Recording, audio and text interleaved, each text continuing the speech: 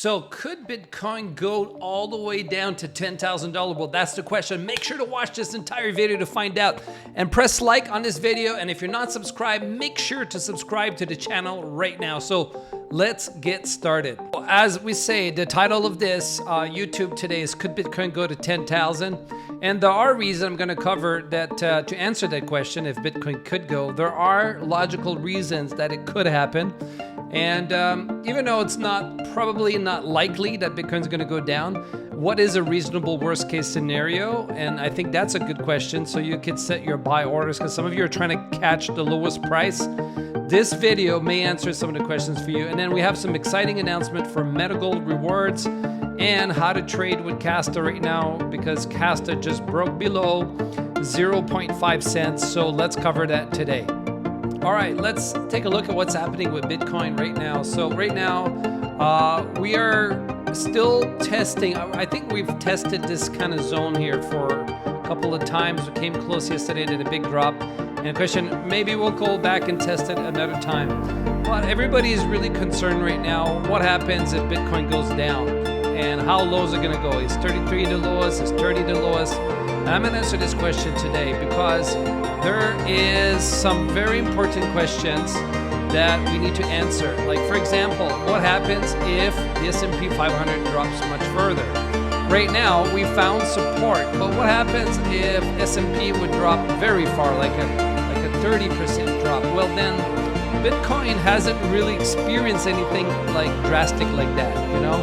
If you go back in like 1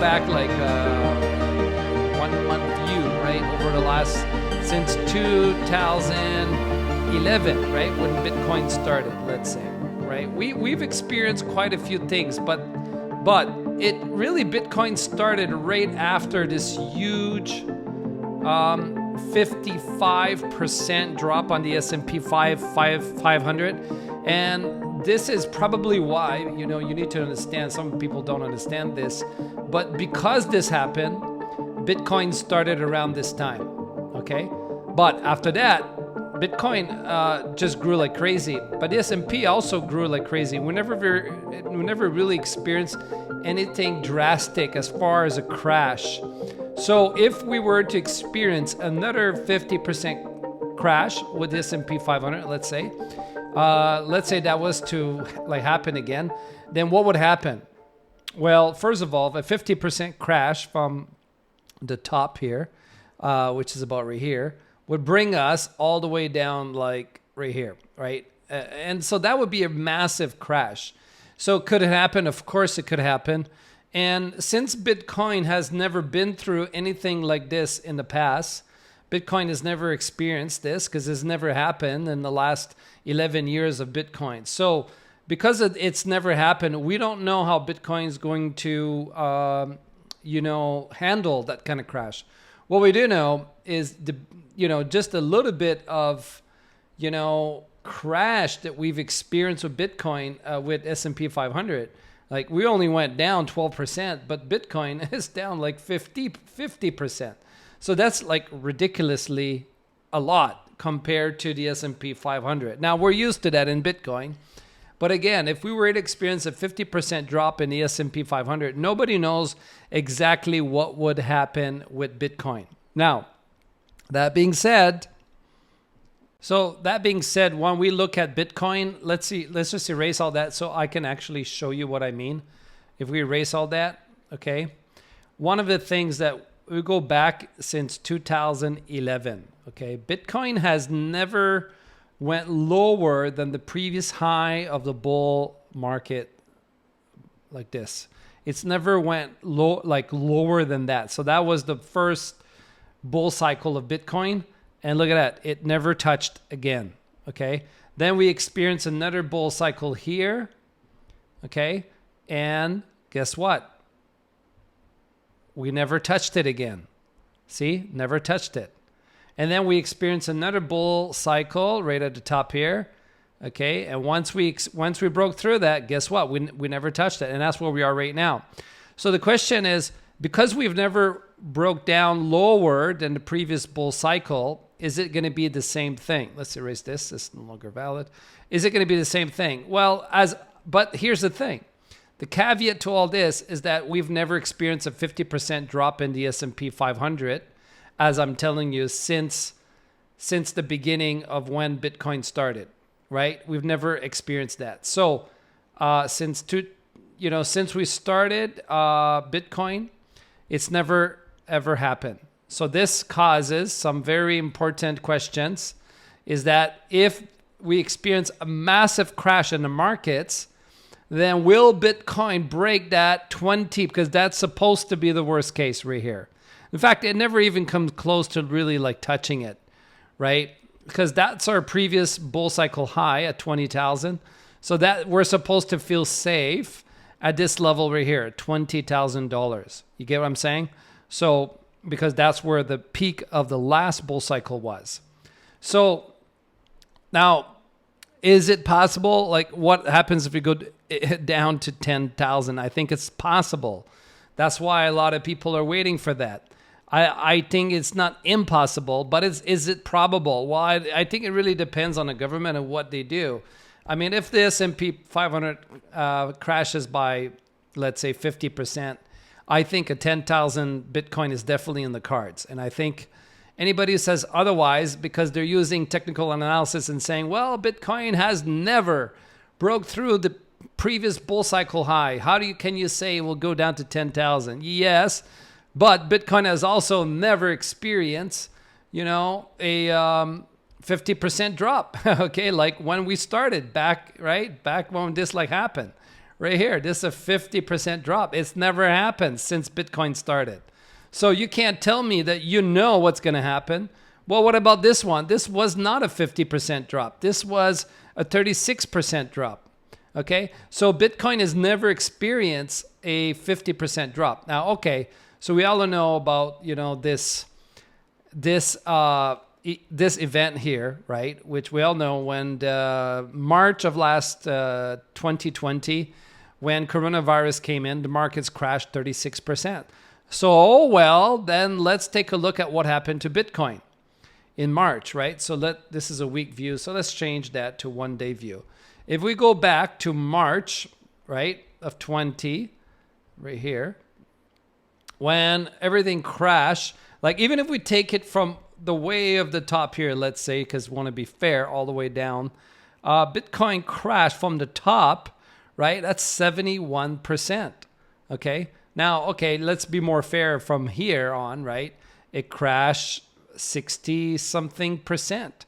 So it is possible, like let's say that we just experienced 62%.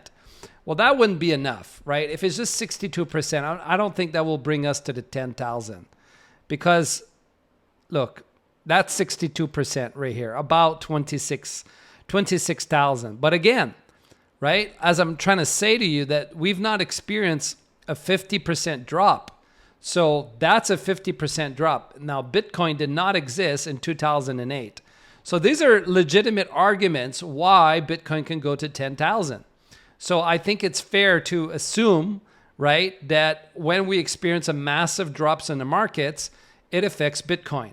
Okay, so 10,000 is in the card. But here's what I would tell you. Should you be afraid? No. Maybe keep some money in case it does happen where it drops down here. You're able to buy some. But I'm still going to invest as it keeps dropping. I just buy more and more. If that was to happen, I would just buy more and more and more. But I want to tell you something. It's a very small chance that that's going to happen unless you have a crystal ball to predict what the markets are going to do. I don't know that the S&P 500 is going to go down 50%. But it does happen once in a while. And here it actually happened twice. You can see that here, that we went down all the way to 50%. And then a little bit later, that's called a double top, right? So anyway, it's important to understand the game, right? So how to win it. I just want to explain that it's possible for Bitcoin to go down. And you can see that even though it's possible, I will tell you that most of my trading will be done in that 30 to 33,000. That's why I have buy orders. But as I told you before as well, that we're probably going to spend some time. A more likely scenario that is more probable is probably more something like this, right? When we drop down, let's go to all-time high here. When we drop down, right, we may follow this exact pattern again. Let's say we go down to 30. This could be a scenario where we spend a bit of time up until March, and then we move up, right? And we go back to the all-time high of 69,000, 70,000, and that may not happen until quite some time, right? Because we're talking here when is that going to happen? That's very far ahead, right? So in fact, I can't even tell what the date is, but it could be as far as like if we measure where we are right now, right? We measure where are we right now? Right here, okay. And how long would it take, right, to go back all the way here? And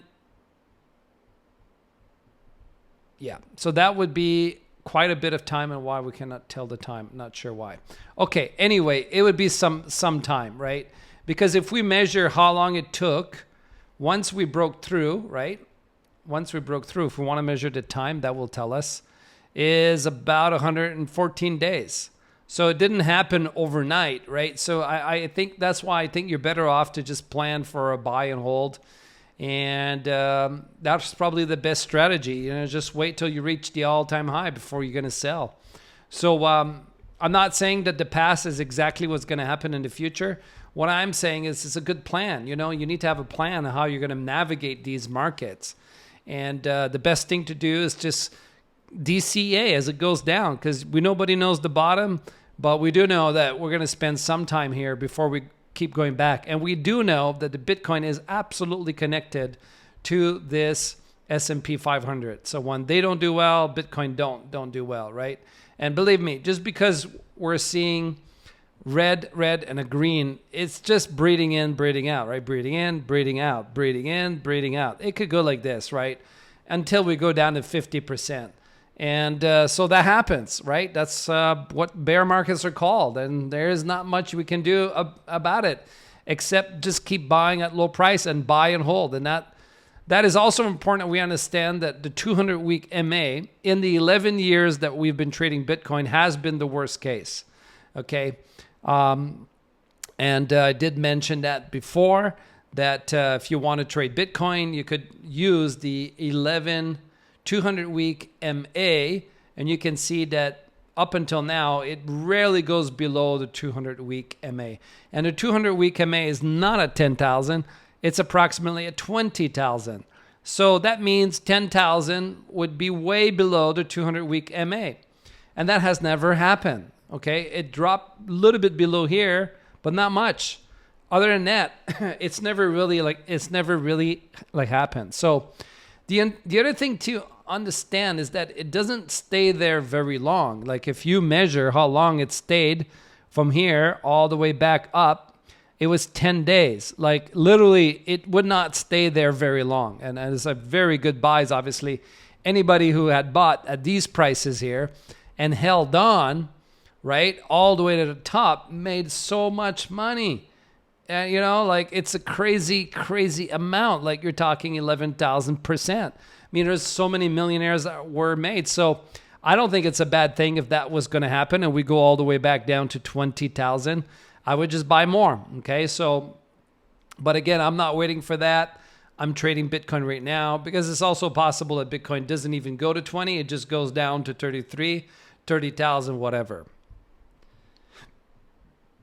Okay, the next thing I want to talk about is Metagold Rewards. And we recently announced on our Telegram group, and I'll leave a link for you to join, but you can join our Telegram group, and I'll leave that in the description. But we recently announced 0% tax on sell. Unlike other reward coins where you pay tax both on buy and sell, like some of my competitors, you pay 25% on buy, 25% on sell, 50% of your capital is already gone. And as you know, we only have 11% on buy. And right now, what I'm saying is that people are going to have 0% on the sell if they hold it.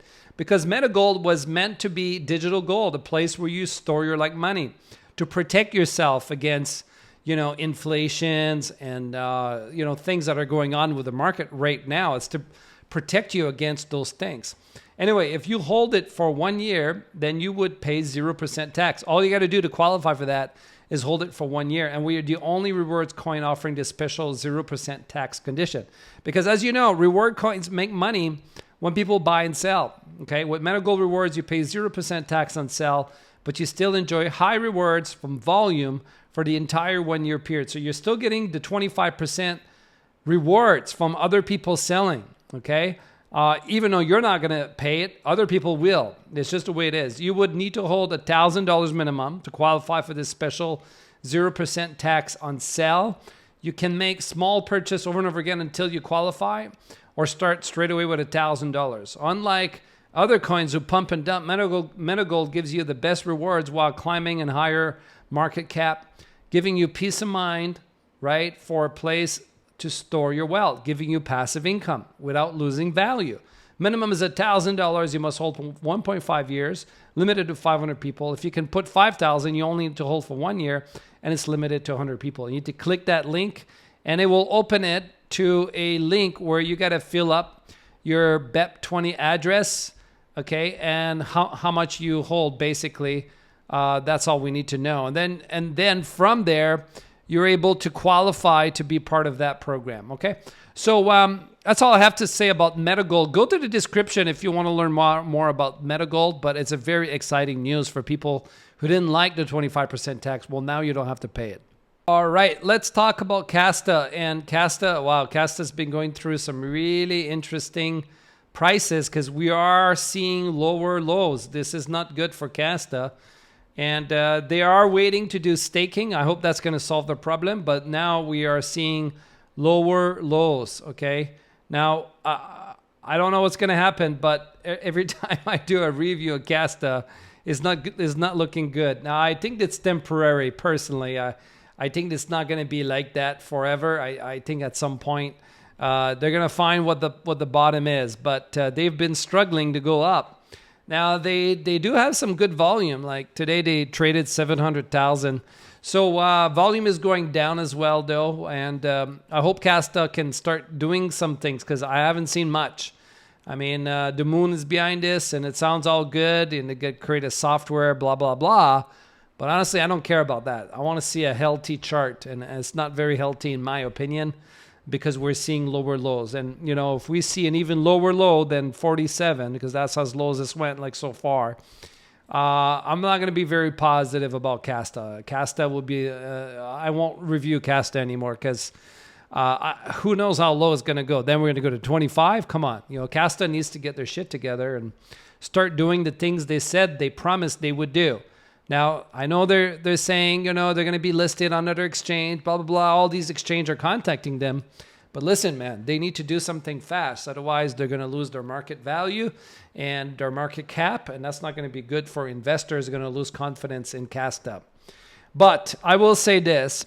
As soon as they can get the staking going, I think they will reduce the sales pressure, and we can expect it to go up, hopefully. I can't guarantee it anymore because every time I talk about Casta and I have a positive mindset about it, Casta went down. Now, I understand. So maybe it's because of what's going on with Bitcoin.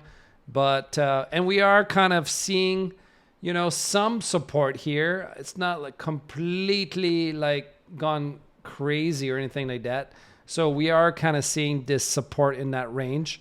So let's see if that support will hold, because if that support hold, then on the positive side, well, that was the bottom. And if that was the bottom, then from here on, we hopefully will see a bounce up, right? Back to $1. Because I know many of you probably bought at the $1, which is okay. I bought some as it went down. I bought some very cheap, and I sold some, and I did not sell some. So, but if you were to buy right now and it was just going to go up to $1, it would be pretty good. You'd be making 120%. When their staking comes out, when their software, when they start getting some buzz about this Casta thing, I think they will go up. But in the meantime, we can't afford to have Casta keep going down in lower lows over and over again. That's not good. So big concern for Casta, a warning that I hope we don't start seeing lower lows. And also, you take a risk, you could get rewarded a lot, because Casta has a potential to go up. I believe $3, $4, $5 after, if they can create enough buyers and buzz around what they're doing. Okay, so, all right, guys, that's all I have for you today. Hope you've enjoyed today's edition. Press like, subscribe to the channel, and I'll see you in the next video. Bye for now.